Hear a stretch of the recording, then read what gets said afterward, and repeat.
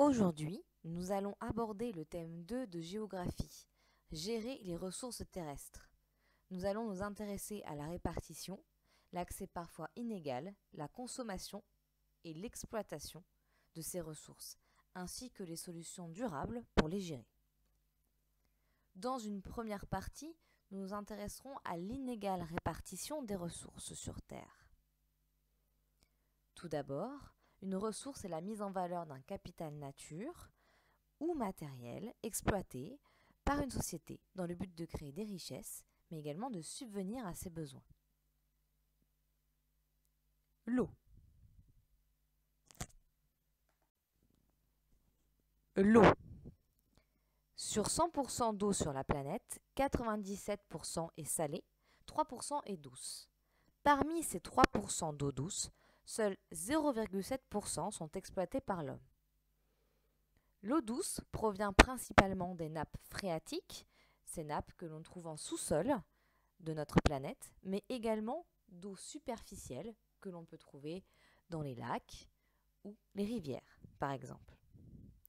Théoriquement, un habitant peut, sur Terre, disposer de 6500 mètres cubes par an d'eau, ce qui serait suffisant pour satisfaire ses besoins. Cependant, cette eau est inégalement répartie. Sur la planète, des régions arides côtoient des régions plus tempérées, ce qui provoque parfois du stress hydrique dans certains pays, comme l'Afrique du Nord par exemple. De plus, au sein même des pays, l'eau est en inégal accès. En effet, l'homme exploite l'eau via des réseaux, que ce soit les égouts, mais également les réseaux d'acheminement de l'eau ou les barrages. Tous les pays n'ont pas la possibilité de créer des infrastructures pour exploiter cette eau. Et de nombreux hommes sur la planète doivent encore marcher longtemps pour constituer leurs réserves d'eau. L'alimentation.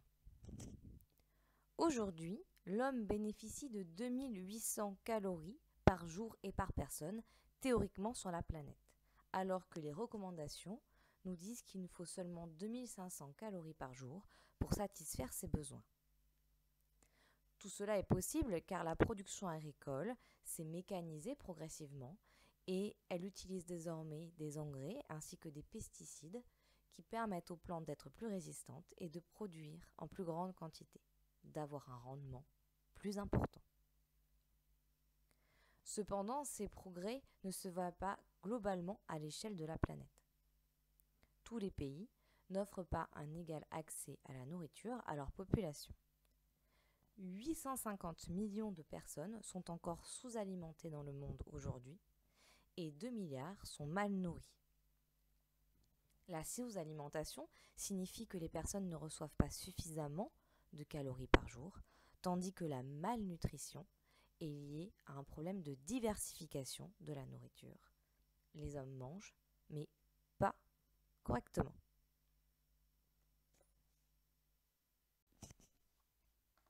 L'énergie. Les énergies se divisent en deux catégories. Les énergies non renouvelables d'une part et les énergies renouvelables d'autre part. Les énergies non renouvelables sont le pétrole, le gaz ou le charbon par exemple. On les dit souvent fossiles car on les trouve principalement dans des réserves souterraines sur notre planète. Elles sont exploitées de manière intense par l'homme et la plupart des sociétés de la planète en sont dépendantes.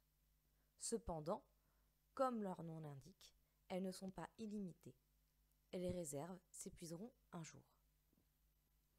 A l'inverse, les énergies renouvelables sont disponibles en quantité illimitée.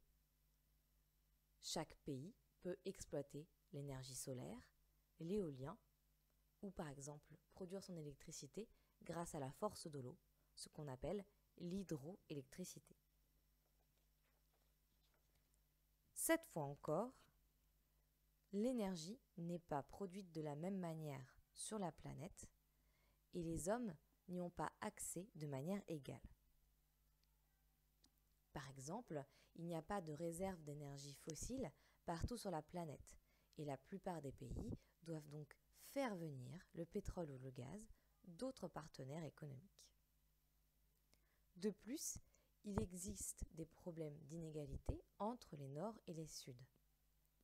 La plupart des pays des Nord ont accès à l'énergie de manière égale.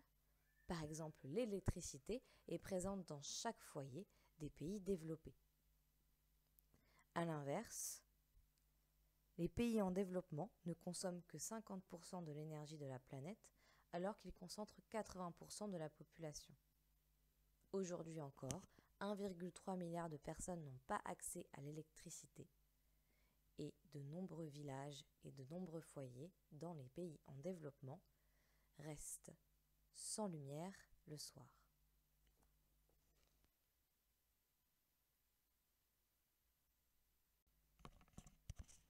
Nous pouvons donc conclure pour cette première partie que si les ressources sont présentes en quantité suffisante pour satisfaire les besoins des hommes sur la planète, elles ne sont pas également réparties. Si la répartition des ressources est déjà un problème majeur à gérer, il va falloir également prendre en compte l'augmentation des besoins des hommes. Ces besoins et la nécessaire exploitation des ressources de la planète laissent des empreintes humaines sur notre environnement. Dans un premier temps, nous allons voir que les besoins des hommes sont en perpétuelle augmentation. En effet, la population mondiale est vouée à augmenter jusqu'en 2050 et la plupart des projections nous annoncent que bientôt nous serons entre 9 et 10 milliards d'habitants sur la planète. Il va donc falloir gérer mieux les ressources. Tout d'abord, il va falloir augmenter les rendements de l'agriculture. Plus d'hommes signifie plus de bouches à nourrir. Notamment, augmenter les rendements en termes de viande, mais également en termes de céréales, etc. Certains scientifiques ont proposé des solutions dès maintenant. L'une d'elles est l'emploi d'OGM dans les cultures. L'OGM est une plante modifiée en laboratoire. Par exemple ici le maïs. Le maïs est transformé. On implante dans son ADN des bactéries permettant de le rendre plus résistant, notamment à certains parasites qui pourraient le détruire. La culture OGM s'est répandue de plus en plus dans le monde et elle est principalement utilisée aux États-Unis et en Amérique du Sud. Elle permet de produire plus et plus rapidement. En ce qui concerne l'eau, il faut prendre en considération tous les acteurs susceptibles de l'utiliser. L'agriculture a besoin d'eau pour l'irrigation de ses champs, l'industrie pour la fabrication de ses produits et l'homme pour ses besoins quotidiens. Il faut donc réussir à garantir l'accès à l'eau à ces trois domaines de manière la plus équitable possible. Pour cela, certains pays ont développé de nouvelles techniques pour compenser leurs petites réserves en eau. Par exemple, la désalinisation de l'eau de mer. Cela consiste en des usines proches de l'eau de mer qui prélèvent l'eau pour la transformer en eau douce grâce à l'utilisation de la vapeur et au fait que cette eau de mer est chauffée pour en enlever le sel. Ces usines de dessalement sont encore relativement rares car elles sont chères à développer et tous les pays ne peuvent pas les utiliser. Les besoins en énergie vont également augmenter. En effet, de plus en plus de gens vivent en ville, les transports se développent, de plus en plus de personnes voyagent. Il va donc falloir réussir à garantir la possibilité à tous de se déplacer. De plus, il va également falloir garantir l'accès à l'énergie nécessaire au quotidien, comme l'électricité par exemple. L'électricité est un facteur de développement. En effet, pouvoir rentrer chez soi et avoir accès à l'électricité permet à des élèves de faire leurs devoirs et permet à la plupart des habitants d'être en lien avec le reste du monde, de consulter Internet, de regarder la télé, de continuer à vivre malgré la nuit.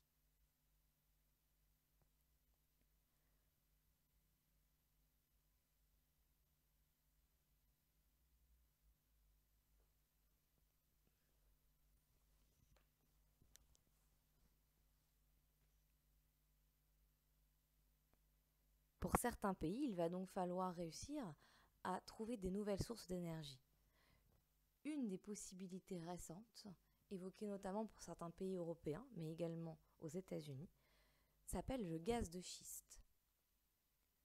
Le gaz de schiste nécessite un forage. Il s'agit d'introduire de l'eau, du sable, dans la terre, sous haute pression, afin de fracturer la roche et de libérer les gaz contenus dans cette roche. Les schistes sont des roches bien particulières qui peuvent donc fournir ce gaz. Une fois ce gaz extrait, il est utilisé dans la production d'énergie.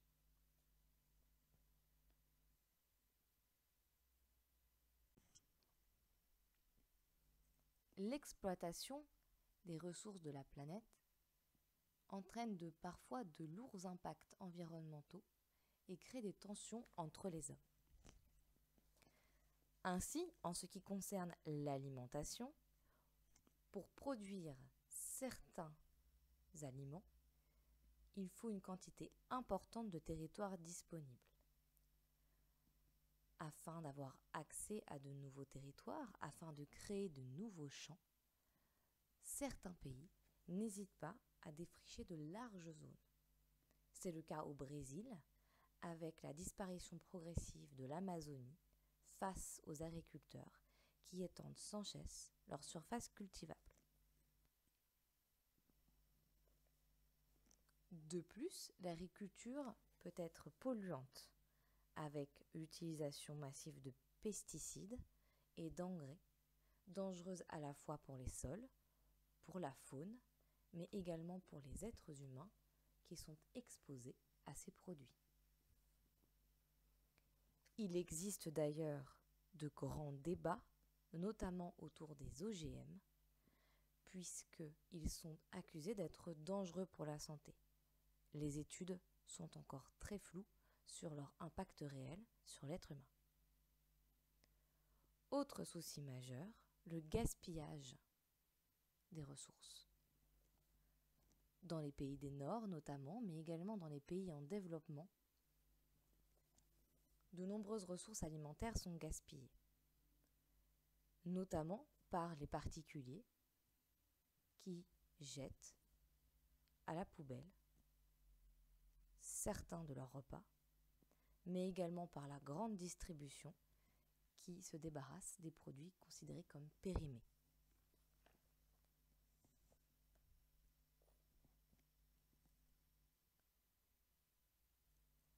En ce qui concerne l'eau, là encore, l'exploitation de l'eau est à l'origine de nombreuses pollutions, mais également de gaspillage important.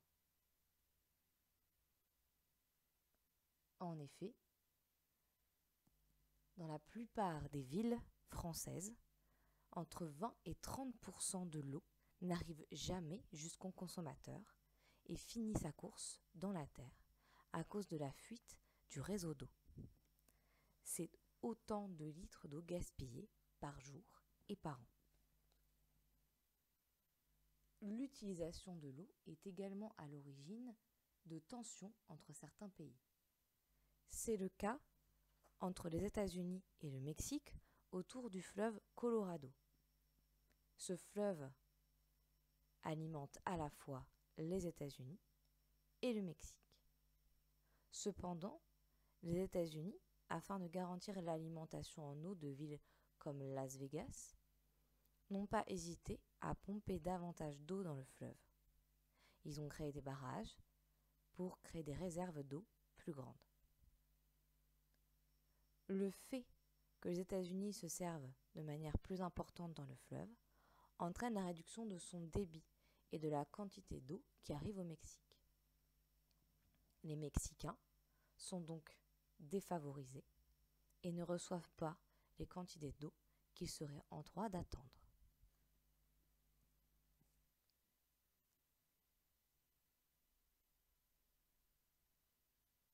Pour ce qui est de l'énergie, encore une fois, nous pouvons évoquer la pollution. La production industrielle ainsi que les déplacements humains sont responsables en grande partie de la production de gaz à effet de serre. Ces gaz entraînent le réchauffement progressif de la planète.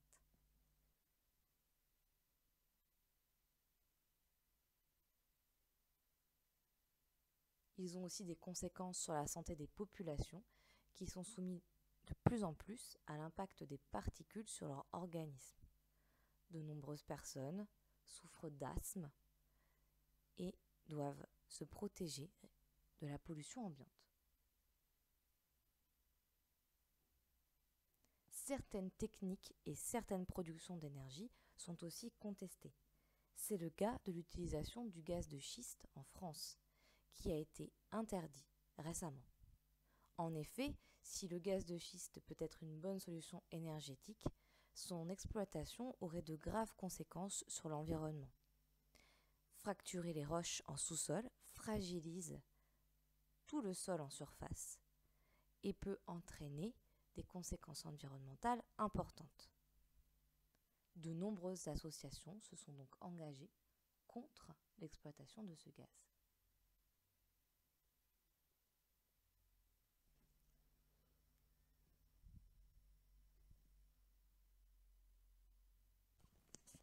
Afin de mieux gérer les ressources de la planète, de nouvelles solutions durables sont apparues ces dernières années. Elles ont également leurs limites, c'est ce que nous allons voir maintenant. Pour ce qui est de l'agriculture, de nouveaux modes de production ont fait leur apparition. À côté de l'agriculture intensive, utilisant pesticides, OGM et engrais, sont apparues l'agriculture biologique, mais également l'agroforesterie, qui consiste à associer champs et forêts afin d'éviter de défricher de nouvelles terres. Il s'agit aussi de permettre à tous les agriculteurs de vivre du fruit de leur production. Dans les pays en développement, les agriculteurs sont peu rétribués. Vous avez par exemple ici le café. Le petit producteur vend son café 15 centimes d'euros à un intermédiaire qui le revend à un autre et ainsi de suite jusqu'à ce que le café arrive dans nos grandes surfaces et qu'il soit vendu 3 euros. Ce système est jugé inéquitable car le petit producteur reçoit peu pour ses efforts. Le commerce équitable entend rééquilibrer la balance. Il s'agit de mieux rétribuer le petit producteur au départ et de limiter le nombre d'intermédiaires entre lui et la grande surface. Le produit est certes plus cher, mais il permet au petit agriculteur d'augmenter son niveau de vie et d'améliorer et de moderniser sa ferme. Il s'agit aussi de développer une nouvelle manière de consommer les aliments. Actuellement, la plupart des pays du Nord consomment en excès. Il s'agit alors de limiter sa consommation d'aliments, de s'intéresser aux produits de saison, mais également de limiter sa consommation en viande, qui est l'une des agricultures les plus polluantes de la planète.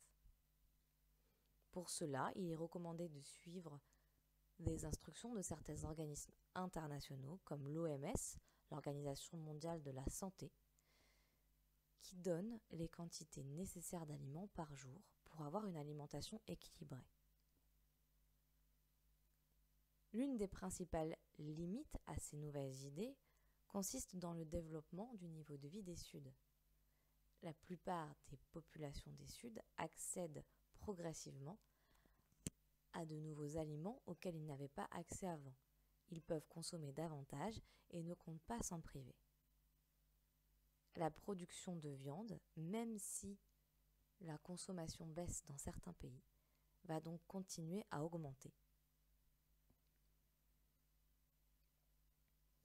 En ce qui concerne l'eau, il s'agit de la consommer de manière plus intelligente et notamment de limiter les gaspillages en entretenant correctement le réseau d'eau.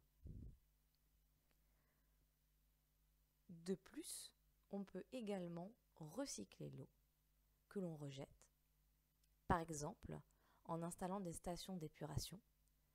Les stations d'épuration réceptionnent toutes les eaux usées provenant des foyers et ces eaux usées sont ensuite recyclées afin de rejeter une eau douce et pure dans la nature. Cependant, tous les pays n'ont pas les moyens financiers de construire des infrastructures de recyclage de l'eau. Pour rappel, dans certains pays des Suds, l'eau n'est même pas encore en accès libre et facile. La question du recyclage est donc pour le moment une question secondaire. Enfin, pour ce qui est de l'énergie, il s'agit de diversifier ses ressources énergétiques. Être dépendant d'une seule ressource, comme par exemple le pétrole, met en danger l'économie et la stabilité des sociétés. Une fois la ressource disparue, sur quoi pourrions-nous bâtir notre vie quotidienne? Il faut donc trouver de nouvelles façons de produire de l'énergie et de nouvelles énergies. Par exemple, l'éolien semble être une solution intéressante et renouvelable. Cependant, le développement des énergies renouvelables comme l'éolien peut parfois entraîner des tensions. En effet, certains habitants considèrent que l'éolien est une nuisance paysagère puisqu'elle détruit la beauté des paysages, mais aussi parfois une nuisance sonore. Il est parfois compliqué d'installer de nouvelles éoliennes sur un territoire.